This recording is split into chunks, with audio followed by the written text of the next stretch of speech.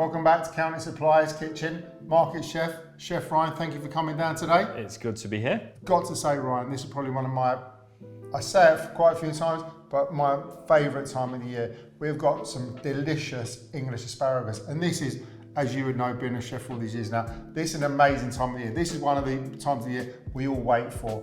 Such a short window, end of March, middle of June, weather dependent. I think you're looking at like 8 to 12 weeks, aren't you? And when you say this is special, Rob, I've got to back you up there. This is gold. Like, this really is English gold. In a green format, nevertheless, but it's beautiful. I mean, look at that, Rob. Couldn't agree with you more. So we've had a farm visit, Ryan. We've been up there, and he's taken us around his farm, showed us how they grow this amazing vegetable. What we've got here, as you can see, it starts at your kitchen, your choice, your select, your extra select, and up to your jumbo. And it's all just grown by hand. So interesting and so beautiful as well. Isn't there a size bigger than that though?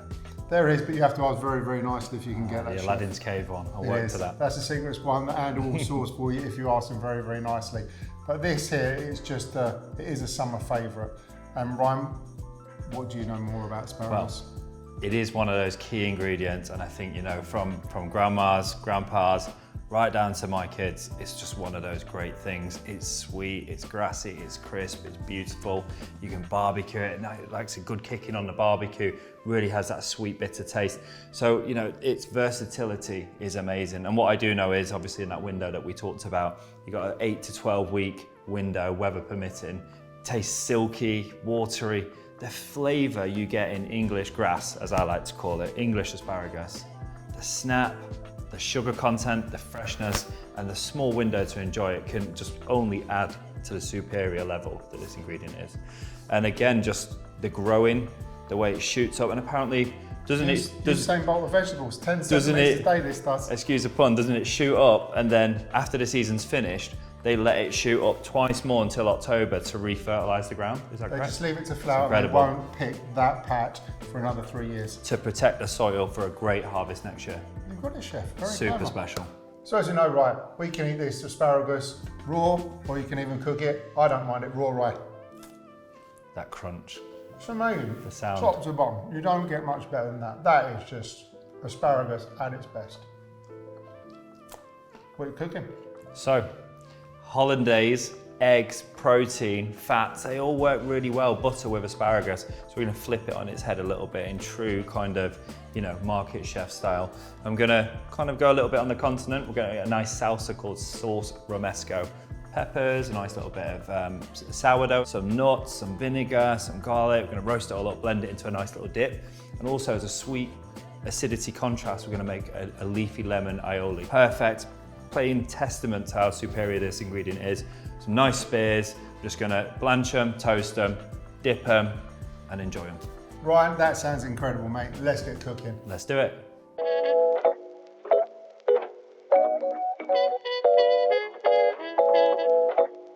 So here we are, the Market Chef. We're back here down at Covent Garden, and it's all things asparagus. We've got an incredible product here with some other incredible ingredients, but nothing like the star of the show, asparagus. And today we're going to be doing a perfect partnership with 2 beautiful dips for the summer, Salsa Romesco and a leafy lemon aioli, to partner up with the asparagus, which we're going to cook very, very simply. So I'll run you through some of the ingredients here for the Salsa Romesco, which we'll tackle first. We've got quite an obnoxious pepper. I mean, you'd definitely cross the road when you see this fella coming down. That's an Italian pepper from Covent Garden, from Fonto's. We've got some plum tomatoes, bang in season, really, really sweet. Any tomato will do for this, sauce in particular, but a nice sweet tomato. I like the small ones because they're so juicy and sweet.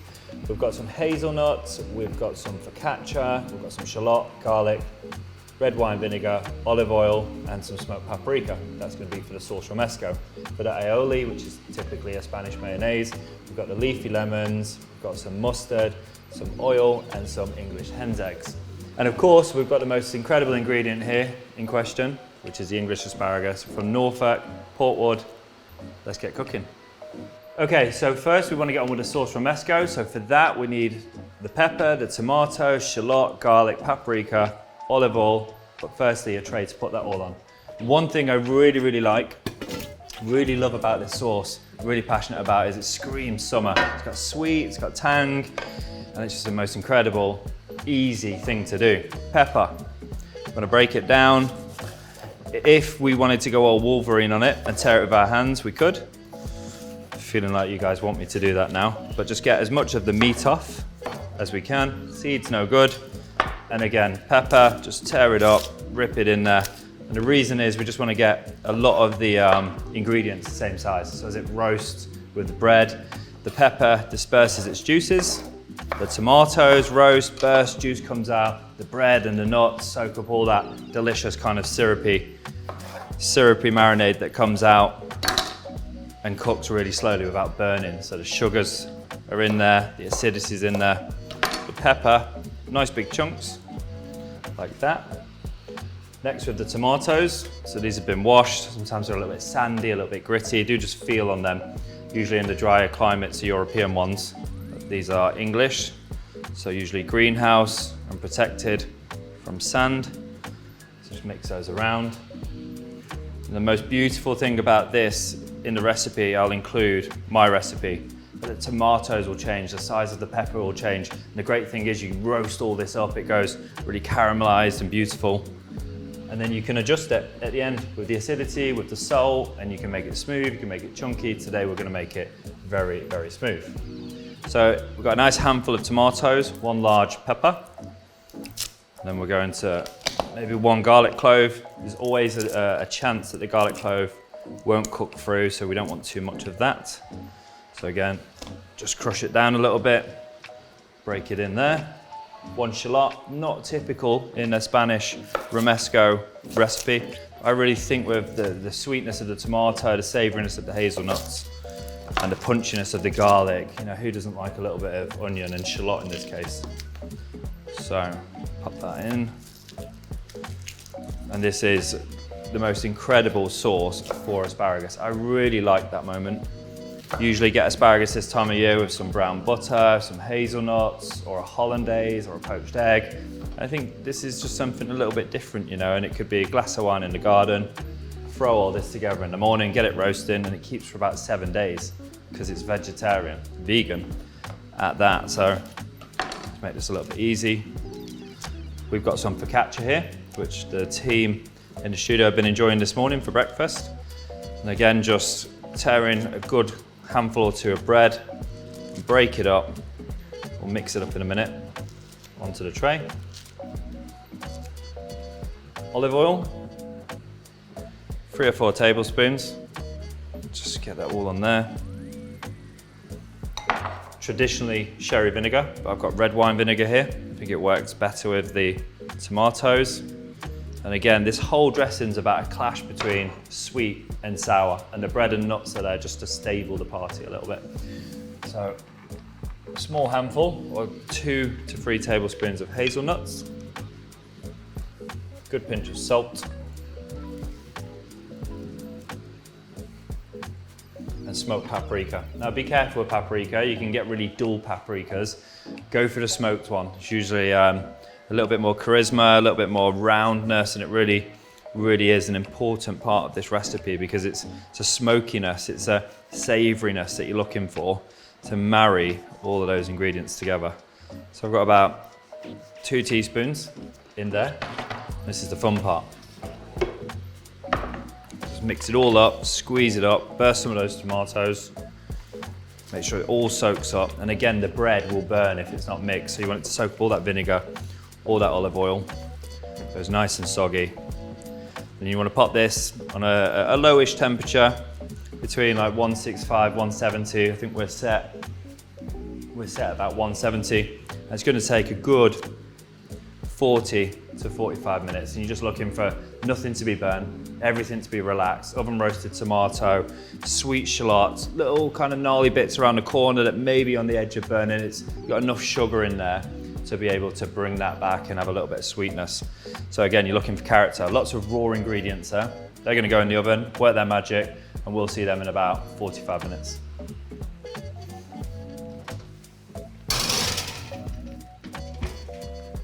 Okay, so it's about 45 minutes now. We'll just have a little check.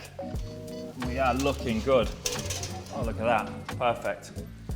So we've got the hazelnuts, everything's relaxed, and you can see here as well, look, You're looking for that roasted pepper, the juice kind of just dripping out of there. Tomatoes, nothing's too burnt, highly toasted, and that's exactly what we're looking for. Sweet, sticky mess, waiting to go and garnish our beautiful English asparagus. And here we go, Salsa Romesco. Incredible partner for your asparagus, delicious, sweet, tangy, caramelized. It's got everything going. It's great with chicken, great with pork, great with all these things. Also just pioneering a great mouthful with the asparagus. It's going to work in harmony. It's going to be exactly what we want. You can see here we've got some of the textures of the hazelnuts where they've toasted, the caramelization in there, and again that sweet, acidic, sweet and sour kind of mouthful again is going to bring those grassy spears alive. So there we have it, Salsa Romesco. On to the next. So we're going to make a leafy lemon aioli, and it's the king of Covent Garden that I really need. Rob, come on, let's go. I need your help for this. We're going to make a really simple kind of take on an aioli, which traditionally is done in a pestle and mortar. Come on, my friend. Welcome back. Here we go. You ready? Made a mayonnaise before? Only out of a squeezy bottle, chef. Hellman's. Okay, so let's pop that over there. This is what I need you to do. Our ingredients for this are going to be mustard, neutral oil. When I say neutral, I mean sunflower, vegetable, rapeseed. It's English, I like rapeseed oil. Nice, pure, organic, if you can get it. So 2 eggs. I'm going to get you a little bowl, Rob. I just need you to break. Got a nice little bin there. So you just want to break the eggs. Break the eggs. I just need, if you break them on here or on the side of something, I just need 2 yolks in there. Would be perfect. It's pretty like, I can be like Paul Daniels and you can be Debbie McGee. You got the outfit anyway. How's that, chef? One down. So, yeah, but I just need the yolks, chef. How do I do that? Okay, crack them in there and then we'll lift the yolks out. Okay, other ingredients for this, mustard, you can use English. I like Dijon, probably should be English, but the mustard just adds the savouriness and also starts the emulsion. Chef. Oh my God, you're meant to be here to help me. Oh, I am here to There we help, go. but never had to crack an egg before. Do you want the chef to show you how it's done? Go on then. So let's get the eggs. We need another bowl actually. Sorry, chef. Break, let's break that from there. Use a spoon to get the other one. So multi-talented. I'm definitely not multi-talented. Yeah. I'm alright when it comes to fruit and veg, but in the kitchen, no, never been any good. So we've got 2 egg yolks in there, and we need a teaspoon. So this makes about 300 ml, 400 ml, keeps 7 days in the fridge. It's got a little bit of mustard in there, 2 egg yolks, and then the neutral oil. So what I need you to do is, I'm gonna whisk. Right. So I tell you what, it's best that you whisk. You're gonna whisk quite. We're not a machine to whisk. No, you're here. So we're gonna trickle a little bit in. We're gonna form the emulsion. People get scared about this, splitting it. But as long as you've got the 2 egg yolks, a teaspoon of English or French mustard, and then we're gonna trickle a little bit of this in, form an emulsion, a little bit of lemon, a little bit of garlic. Aioli. There we go. Sounds good. So I just rinse my spoon. Whisk, chef? I have one. Now you look like a small whisk kind of guy. Is that right? 100%. Big whisk, small whisk. So, was I gonna whisk? I was gonna oil. Okay, do you wanna break that up? Just bring it together a little bit. So the word emulsion is similar to paint. Paint that you do the walls with here in the studio. Yeah, chef, look at that. They're beautiful. And it's an emulsion when a chef uses it in the kitchen. Today at the Market Chef kitchen, you're forming an emulsion, and that's usually by a water-based and oil-based product. So the eggs are oil-based. We're gonna add oil, and the water base is the mustard. Get a job in the kitchen. There you go. So pop it in here, it might be nice and easy. So just pop it in there, that's like your... Pop that in there? No, the bowl. You okay, chef? What was I gonna say? Okay, so carry on whisking. Then we just wanna pop a little bit of oil in. This is where the emulsion accepts the oil and forms a base. This is the most important part. After this, it's easy. And you're looking for a shiny, glossy acceptance. A little bit more, and you should feel it thicken up. No, you gotta keep whisking, can't stop. The only thing you can't do is stop whisking. That's why you're here, so there's 2 of us, and I've got 4 hands. What do you do when you're on your own? Well, I have another Debbie McGee. Okay, so as you can see there, really, really nice. It's starting to thicken up a little bit, and that's a good sign that the emulsion is formed. So you can pop it on there, it might be a little bit easier. And then we're just gonna, you want a thread, we call this a thread. You need to whisk as fast as you can. Too much oil and too little whisking and it'll split. So Keep whisking, faster, faster, I'm faster. starting to get arm pumped, chef. We could probably do with a You're winding job. me up. Is this like you just getting me out here? This is the real deal. Are you sure? But you need to go faster, I chef. feel like you're mugging me off I now. don't know how many times I have to tell you, honestly. Has all that oil got to go in that bowl? Because we're going to be here a while. This is why mayonnaise is not good for you, but for this occasion, it's going to be perfect. Little treat. It's only 8 to 12 weeks of the year, right? The asparagus. We'll do a little bit of badness. Okay, keep going, keep going. It's good, you haven't split it yet. Definitely getting me at it. There you go. Keep going, keep going, keep going. 300 mil, 200 mil there? That's about it. 200, you just want to stop. God damn, I'm proper getting arm pumped. I'm not switch arms yet. Things from was going to fall off. Go on, is that it? I thought you said you go to the gym, that you do a bit of running. It's been a while, chef. Looks it. Last bit, keep going, keep going. Splitting, splitting, splitting. Splitting? My muscles are splitting. Keep going. Oh, relationship splitting. It sounds like it, doesn't it? There you go. Nice little pinch of salt. Got a nice big thick aioli. And for the asparagus as well. Oh, I've smashed it, chef. You Look just at carry that. on. You just carry Look on at while that. I'm talking. So You're definitely getting it. So leafy lemons. Can we get rid of that now, chef? We can. Oh, that's easy. Look at that. So leafy lemons. Why leafy lemons? Well, you know, from the amazing Amalfi lemon, the Italian lemons, it's kind of like the vine tomatoes. The lemon keeps getting fed. So it's a little bit kind of, vine tomatoes aren't because they look good, leafy lemons are not because they look good. In a tomato plant, just for example, you carry on there, I'm not finished talking yet. Get a bit too cheeky. So basically the vine takes about 3 or 4 weeks, it keeps feeding that tomato. And exactly the same thing happens with this. So if they cut the stem here, it keeps it fresher, perkier, and carries on feeding it for a week or 2 until you use it. So leafy lemons aren't just because they look good on display, they've got a purpose. So we're going to cut this open. And aioli used to be a fisherman's mayonnaise. It was a garnish for scraps of fish. That looks good. So we're going to do a bit of lemon juice, and you'll notice it's really, really thick. Do you just want to, oh sorry, not like that. Any excuse. Do you want to carry on whisking? So you'll see it'll start to loosen up. So the lemon is great to spray on Rob's hand, and also it starts to loosen the aioli up. So you want to go in there. We want it quite lemony. You know, we've got a sweet, tangy Romesco, and this is a lemon aioli after all. And you can see, what would you say the consistency was there, Rob? Too much. Well, it's looser, isn't it? It was really, really thick. And you want something that you dip that spear of asparagus in, and it's really, really decadent, really beautiful. But most importantly, Smashed it, chef. doesn't just drip off. So we're going to go with a tiny, tiny little bit of garlic.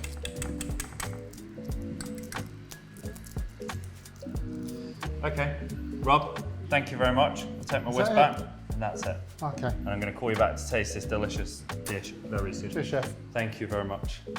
So, we are going to finish this mayonnaise. And what we want to do is just get a little bit of garlic, tiny bit of garlic, tip of a knife, back of the knife goes down, and you just want to mush that garlic up. Now, an aioli is incredibly garlic. If you've been to Barcelona, you've had a nice paella, you get some bread and you get a nice aioli. It's incredibly raw, it's incredibly garlicky. It goes against everything really in the textbook English cooking guide of what's acceptable. But if you've had it, you know exactly what I'm talking about. So mush up a tip of a clove of garlic. As you can see when I say tip, probably took just under a quarter off there. And I mushed it up. We've got some salt in there, we've got the eggs in there, we've got the lemon in there. Delicious. If it needs a bit more salt, depending on the oil that you're using, or the mustard, add a bit more salt. Make it yours, add a bit more garlic if you want, add a little bit more lemon if you want. But that's essentially how you make a great Spanish aioli. So there's our 2 dips. We've got the Salsa Romesco, the aioli, or alioli, as my mother likes to say. I'll pop the rest over there for storage. Clean the knife, and now on to our amazing asparagus. Now, lots of chefs like to trim them, give them little socks. So around here, kind of taking the last kind of quarter off. A lot of time, a lot of effort. It's to show quality of the spear, give a nice contrast on the plate. Looks great on Instagram, but I don't really see any other point in wasting a lot of time. And as Rob has told us earlier as well, you can eat right down to the bottom. That's very, very true, especially with the English. I like, for aesthetics, just to put a nice little narrow in. And I think if you're having a nice garden party and you've got a plate of asparagus, just taking this little sock off here, Just adds a real nice kind of, feature on the eye and looks really beautiful. So with the rest of the spears, again, if you've got about 20 boxes, in my line of work to do, you end up doing them in 5s. But time is on our hands here. And I like to take just the purpley bit off. It's quite tender, it's not too woody like you get with other varieties, and we won't talk about that. Let's just talk like the world exists with just the perfect English asparagus. So we've got a pan over here, just simmering away. Just check our heat is there. And we're gonna pop the asparagus into the water, just below the boil, bring it up, and we're looking probably about 2 minutes, just below the boil. Boil for about a minute, and in there I've probably got 1.5 litre of water to 1 tablespoon of sea salt. I only cook with sea salt, it's got a real clarity and pureness to it, and I think that's delicious, as opposed to using table salt. And we're just gonna cook that asparagus for about 2 minutes on a light rolling boil. So it's nice and crisp, retains its greenness. When you hold a spear up, it shouldn't kind of droop down, it should just have that nice perkness, but be cooked through enough to enjoy, as opposed to raw.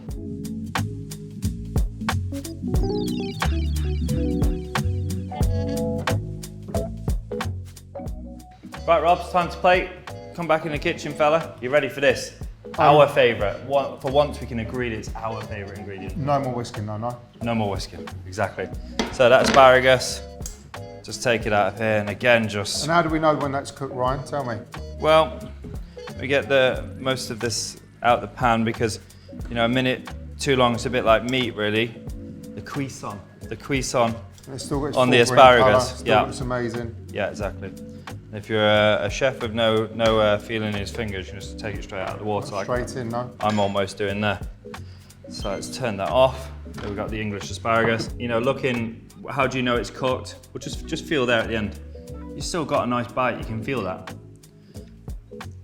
And that's another way. Even with that, it's just still and then kind of like, as it relaxes, it will get a little bit droopy, but it's that bite, it's kind of like a nice broad bean or a nice kind flavour in it. It's just immense, though. It's just incredible. It's special. It really, really is. It really is. Now you got these 2 dips. This could be a kind of late, evening in the season of asparagus. In the garden. In the garden. So let's plate it like that. Let's encourage people to go in for the dip. So let's pop that here. Let's garnish some of it up. So tell me the 2 dips we've got here again, So Ryan? we've got Salsa Romesco, which again is a really, really beautiful Spanish dip. And aioli, as your mum calls it. Aioli, as my mum calls it, which again is a really, really nice. It's a fisherman's mayonnaise, really. They used to have garlic, lemon, and they get all the bycatch, the bits that they didn't want to sell at market, and the pestle and mortar make a little emulsion, and they're just garlicky mayonnaise with. Looks great. Fish. Really, really does. So here we go. Really simple. Didn't want to complicate this dish. Didn't want to get any unnecessary cress or flowers or crumbs. It's about the asparagus, and it's like that chip in ketchup moment. What more do you want? So you want to have a little taste? Here we go. That's all we need. I'm going to go with this one.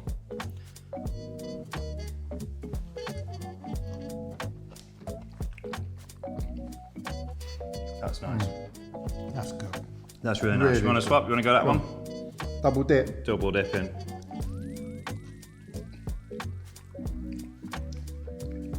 Juicy. Both. Fresh. Flavour is just the nuts amazing. And the bread in there give it a bit of volume, don't they? It's almost like paste is not the right word. It's like the garlic and the aioli after. Oh. And a nice contrast. And you could get on with that and stop conversation. It tastes that good, and that's what I love about it. Simplicity done correctly. It's all about the ingredients, Winner. Chef. Chicken dinner. Happy boys. Chef, County Supplies Kitchen, Market Chef, thank you very much. Thank you.